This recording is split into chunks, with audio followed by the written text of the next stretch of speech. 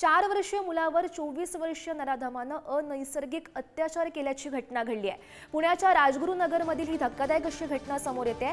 चिमुकला घराजवळ खेळत असताना खाऊचं आमिष देऊन त्याच्यावर अत्याचार करण्यात आला आणि 4 वर्षाच्या चिमुकल्यावर अनैसर्गिक अत्याचार झाल्यानं आता सर्वत्र खळबळ माजल्याचं पाहायला मिळत आहे। नराधम विजय राठोड सध्या पोलिसांच्या ताब्यात आहे। धक्कादायक असा हा प्रकार म्हणावा लागणार आहे। 4 वर्षीय मुलावर हा अनैसर्गिक पद्धतीने अत्याचार झाल्याची घटना घडली आहे।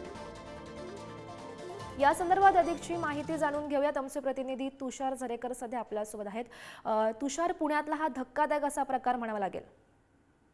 नक्कीच गौरी, आज धक्कादायक प्रकार आहे आणि यामध्ये जर आपण पाहिलं तर राजगुरुनगर शहरातील हा प्रकार आहे आणि राजगुरुनगर शहरात राजगुरुनगर पोलीस स्टेशनच्या अंतर्गत हा संपूर्ण जो गुन्हा आहे तो दाखल झाल्याचं एकंदरीत पाहायला मिळतंय।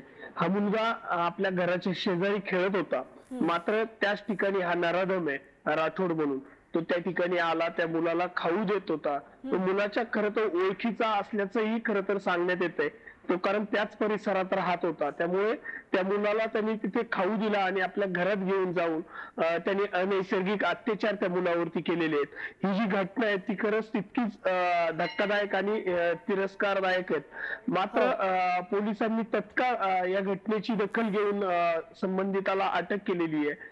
मात्र अशा ज्या घटना आहेत त्या गेल्या काही दिवसांमध्ये वाढताना दिसतात, त्यामुळे आपल्या मुलांवरती लक्ष ठेवणं हे पालकांची तितकीच जबाबदारी वाढल्याचं पाहायला मिळतंय। तर दुसरीकडे असे जे नराधम आहेत या नराधमांवरती कठोर शिक्षा व्हावी अशी ही खरं तर नागरिकांकडनं मागणी येताना पाहायला मिळते गौरी।